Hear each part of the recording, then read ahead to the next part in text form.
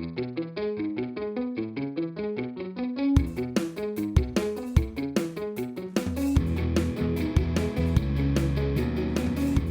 to this episode of Author Echo. I'm Travis Davis, your host. Tell us your story. Hey, everybody, this is Travis Davis again with Author Echo. Today we have Matt Rudolph written a pretty good book that I wanted to talk about and can introduce himself. So, Matt, take it away. It's all yours. Well, first of all, thanks for having me. I recently published my first book titled Public Land Warrior in the Woods. It's available on Amazon and Barnes & Noble right now. I'm trying to get it into more bookstores and stuff like that. But it's published in April, so it's been out for a few months and just kind of in the process of promoting it right now before I, hopefully finish up my second book. Okay, so you are writing a second book. Is it a sequel or is it standalone? It is a sequel to this. Okay. I don't want to give away too much because the people that read this will obviously find out what happens. But when I was writing this, I didn't want to leave a cliffhanger or anything like that because personally, I don't like that kind of stuff. Yep. So this story does come to a conclusion, but I did leave it open for sequels if I choose to do that. So. Yeah, I do. When I write, I'll close the book out, right? That mission or whatever is done. But what I do is I carry the team forward, who I created the first book, is in the second, and now is in the third. But you can read them independently, and then you want to go back to the first to figure out how these people become a team or whatever. So we both are published through Defiance Suppressive Publishing out of Conroe, Texas. Yes, sir. Everybody knows that. And so, when did you start writing your first book, and what made you do it?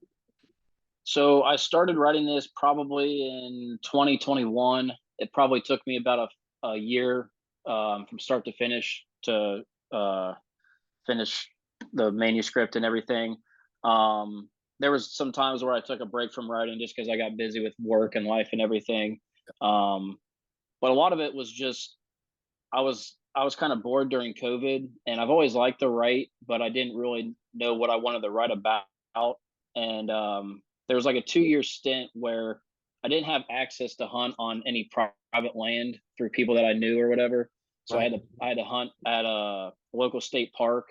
I had to hunt on public land, and spending hours and hours in the woods, not seeing any deer, not getting anything, kind of helped me brainstorm an idea for a story.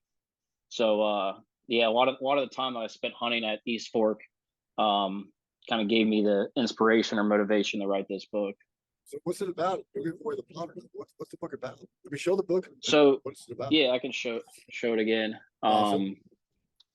So the book is about a former special force member who, when he comes home from deployment, he finds out that there's been a bunch of people that went missing at a state park, and he basically does his own investigation to find out who the culprit is, and then it's just about how he finds that person and how they clash at the end or whatever. So it's like a suspense or thriller.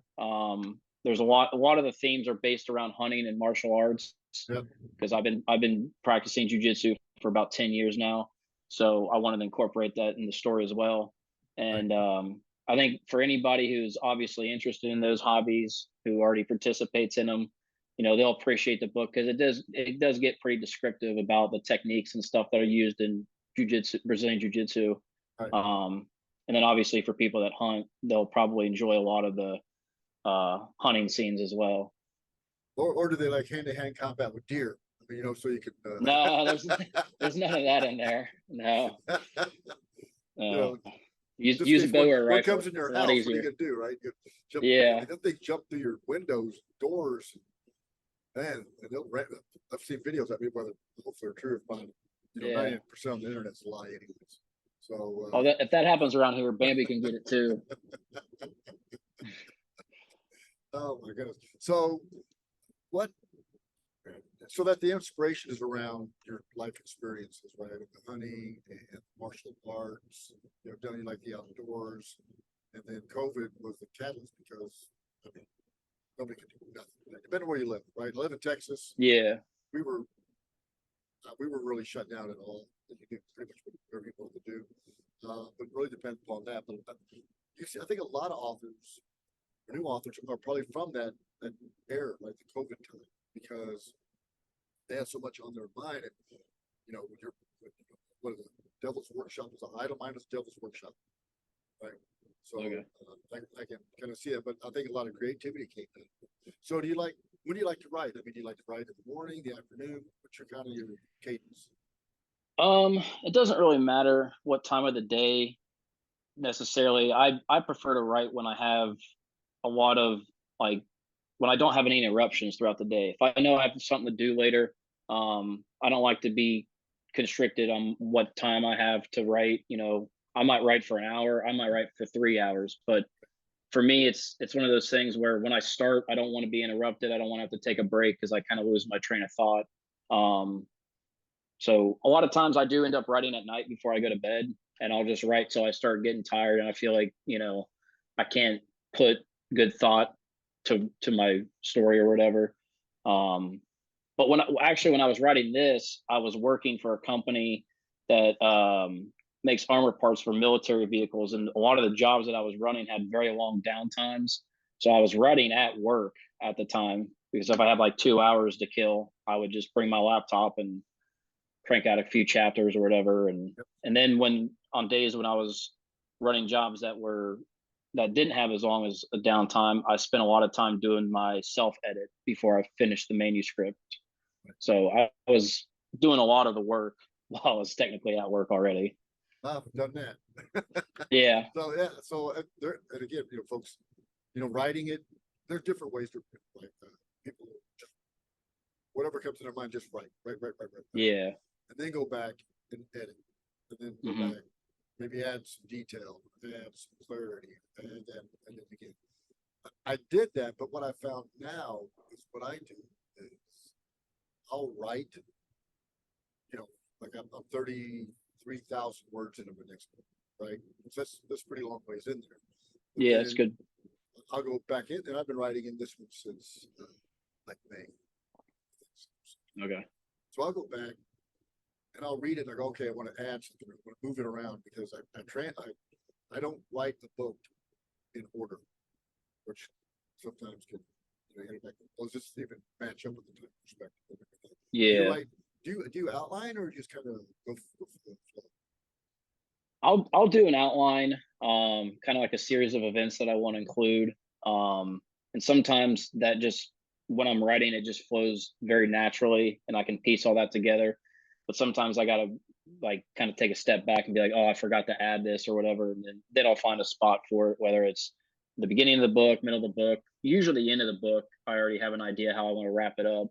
Yeah. But when I was writing this book, for those who end up reading it, it was a little bit different for me because I've never read a book that did this, but it kind of bounces back and forth between the protagonist point of view and the antagonist point of view. Um, that way, I feel like the reader gets a little bit better understanding of the background of both characters that way, and this the suspense is more in how the protagonist finds the culprit versus who the culprit is, because obviously the reader already knows the identification of the villain or whatever. So that was somewhat of a challenge because I had to make sure I didn't get off track when I did that.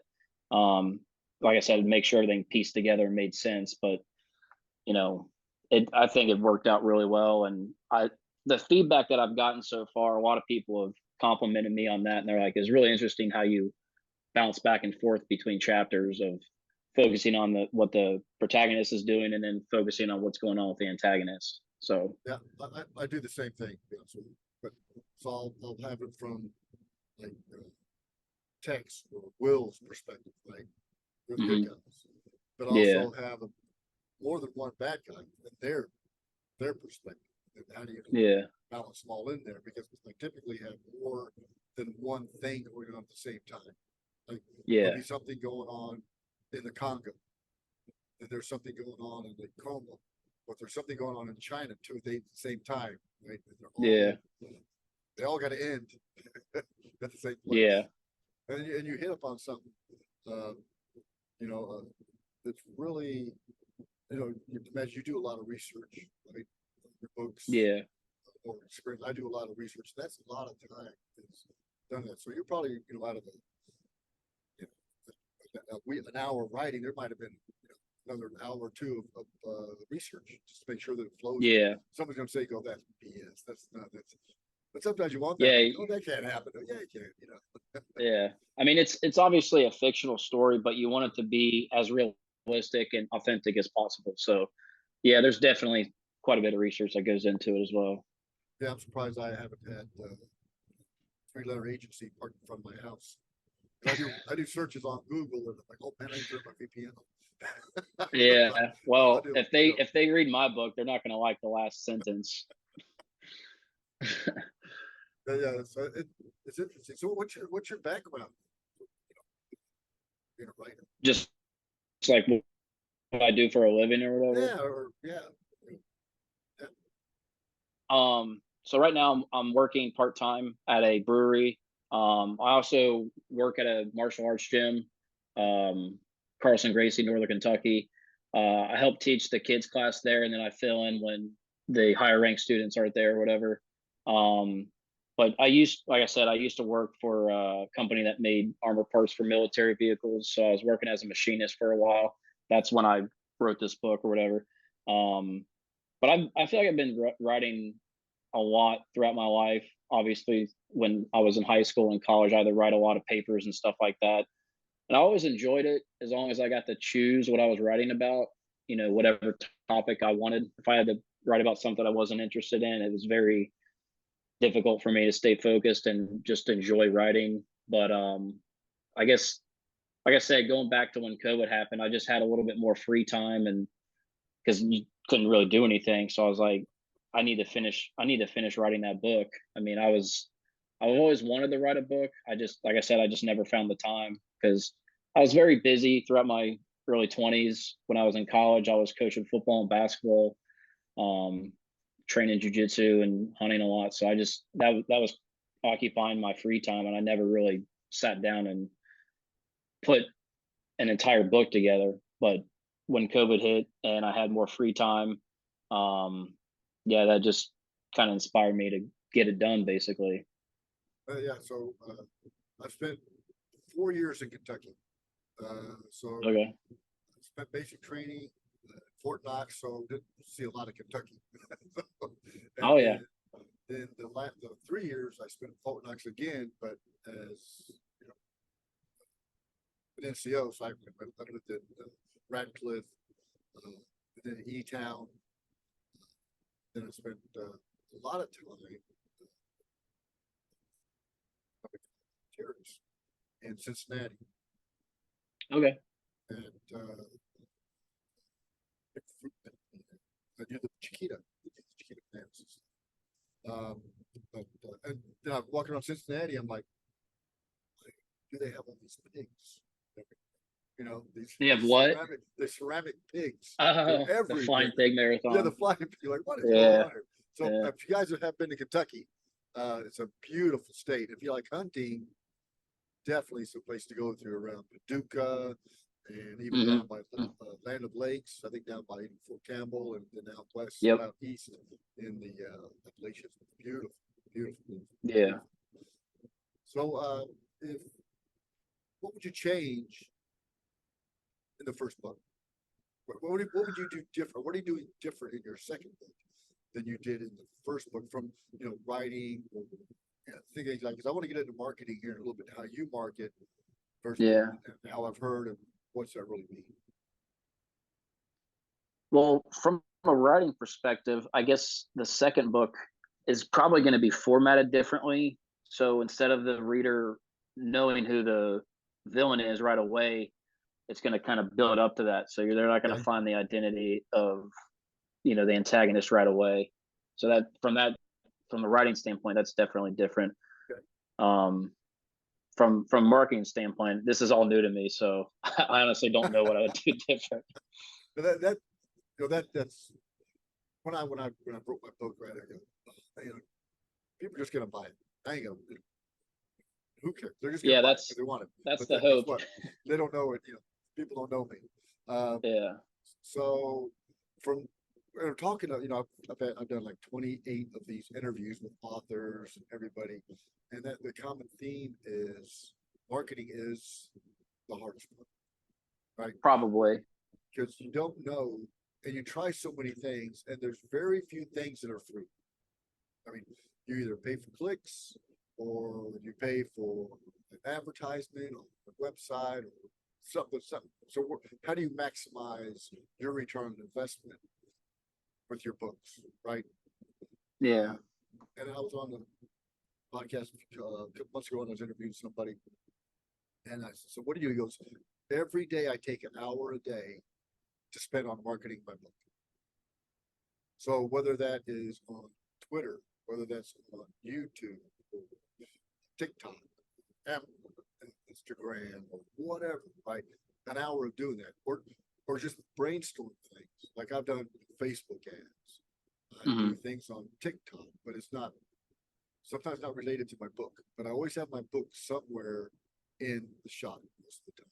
Yeah. Subliminal, right? Placement, or getting on somebody's podcast, doing a Goodreads giveaway, something because, and especially when you write like more than one book, then people want to go back maybe read the first book because they only know about the second and third book. Yeah. So I think it's really important from that perspective of really getting your name out. And it's really a brand. You're branding yourself. So do you have a Yeah. website for yourself? I don't have a website right now. That's something I've been working on. I'm not a big guy when it comes to technology. I mean, I understand how to use basic stuff, but Right. I'd probably ask for help from somebody that I know, because luckily at the gym where I train, we have well over 100 members, and I'm sure I can find somebody that's got some experience creating professional website and stuff like that. So probably going to reach out to one of them about doing something like that, because I know if I do it myself, it's not going to turn out very well.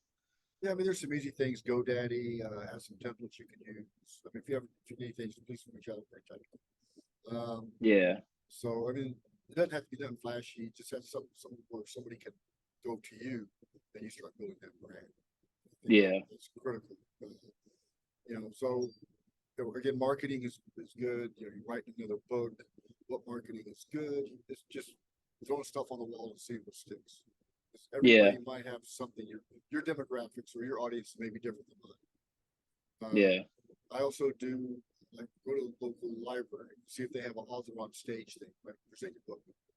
Yeah, I would really like to do that, because I've already reached out to the like Cincinnati Public Library, because I guess there's like 40 different locations throughout Yes. the county that I live.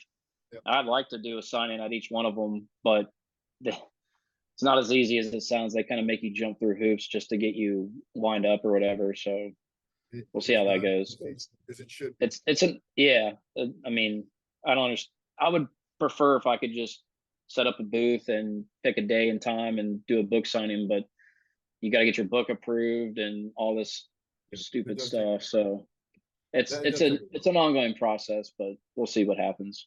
And I also there's in Texas, I think Michigan, a couple other states that I do book signings in Kroger, Oh uh, yeah. and I do those. And those gets the name out pretty good. I'll do like I'm going so everywhere in my book is like a real place, right? You can actually Hmm. go to it. So I'm doing a book signing in October at Eavesdrop Brewery in Manassas, Virginia. Because in my book, that's where they go after a mission to relax. There's Oh, nothing better nice. than sitting in a beer garden, having a couple beers with your team and just having a good time, not even worried about Yeah. anything else that's going on. Because eventually, I wanted to get where, let's say, if somebody's read my books, they go to the Eavesdrop Brewery in Manassas, Virginia. It's in Centerville, really, but it's on, Manassas. And there's four people sitting there and two females, two males, maybe five people sitting there. They're like, "Is that Team Texarkana?" I mean, it makes you kind of want to do that. So I try to have you know book signings in places that are in real because then I can relate back to the business and hopefully they can drive a little business, just through the marketing Yeah. aspects. But Yeah, yeah, that's a good idea. I mean, I was thinking something. Man, let's try this, right? let's do something. But again, I mean, I don't have a infinite amount of money to throw at Yeah, stuff, right? I mean, every I don't dollar, either. like every dollar I've got to quantify or qualify when I'm spending it. What's my Yeah. rate? What's going to be my return? What is my goal? Like, down at Comic-Con a couple weeks ago, Defiance Press, Red Style, signing books. So that was cool. Met some good Where was folks that at? in San Antonio. Okay. Yeah, that It's, would have been it's fun to almost go like the to. biggest one. It's getting like as big as San Diego. I mean, Yeah. and people do dress up. I mean, like, whoa, I don't man. know if I get into that, I but mean, I like James Bond and stuff, man. But you know what? They're great people. Nobody bother nobody. Everybody gets along, which is typical. 99% of the United States, everybody gets along. It's just some people want to say that we don't. We do, right? yeah. That's kind of crazy. Um, so you're writing your next book. Have you already started it? Yeah, I'm about 8 chapters in. I want to say like 26,000 words or something like that. Good. Been just kind of trying to balance it out between continuing writing that book and promoting public It's tough. land. So Yeah. yeah, trying to find that balance. But So what's your word count? Like 90, 110, 120? I mean, for novels public typically land, 60 to 90. Yeah. I think it was right around 89,000 Okay. That's because good read. when I was researching just like first time authors, I believe the recommended word count is between 80,000 and 100,000. So I was probably around like 80,000 when I found that out, and I was like, well, I got to wrap this up because I don't want to go over 100,000 and That's a lot nobody of take a words. look at my book. Yeah. The I didn't know I second knew that many. Yeah, the second book might be a little bit longer. Just kind of depends on how everything plays out, but I'm assuming it's going to be a little bit longer Yeah. overall. I don't even know how I did it. Both my books are exactly 294 pages. Oh wow, Like that's impressive. my goodness, I didn't know how I did that. Yeah, But I'm writing my third. It's probably gonna be a little longer because as a writer, I'm maturing it. Okay, more detail, or more this or that, or yeah. action. Have you reached out to any like local gun clubs or hunting groups or anything? It's funny you mentioned that because my second book signing was actually at a gun store. Oh, sweet. Yeah, just guns and ammo, and they're great. They're great people. They let me do a book signing there, and I gave them a few extra copies because they do a raffle. Yep. I believe like every week, so I gave them a few extra copies of my book to raffle off or whatever, and I think they ended up selling them because people came in after the book signing and were like, "Hey, do you have any more copies of that book?" And so I might do another one there later on down the road. I'm just trying to do book signings at more variety right now, more Yes. variety of places. I just did one at a local brewery, so I'll probably reach out to a few more local breweries and um, like independent bookstores Yep. and see where I can go from there. I actually contacted Barnes and Noble recently, so I got to set up a book signing with them. But hopefully that'll go through because Barnes and Noble is a pretty big store. Oh yeah. Yeah. Yeah. I mean, there's that. You got again the indie bookstores. Doing those little book signings will pay off, right? Because it's not costing you nothing, Yeah, right? So it's always good to go ahead and start doing those. But I agree with yeah, you 100% on that. So you plan on being done with the second book in a year, 6 months? Take typically around 9 months to a year. yeah. Like I said, it depends on how the book promotion goes. If I focus more on that, it might take a little bit longer to finish the second book. But if I get some downtime and I can focus on writing, it might be sooner than a year. Okay, impressive. I mean, I started writing in March of 2022. Just had an idea, just started writing. Yeah. Is that when you published your first book? Then I published the first book in August of 2022. Okay. And I published Nice. my second book in May of 23. And this one I want to have done where I can probably publish in May or June next year. Gotcha. 1 year. I mean, that's plenty. Things. Yeah. It's mind numbing. say the least. But I enjoy it. So where can everybody get a hold of you? What, you got a Twitter? You got Facebook or anything? Yeah, I'm on Facebook, I'm on Twitter, I'm on Instagram. Just Matthew Rudolph. My I'm blanking on my Twitter handle because I honestly don't get on Twitter as much. Right. I probably spend more time on Facebook and Instagram, and I Okay. really don't get on my author Instagram enough.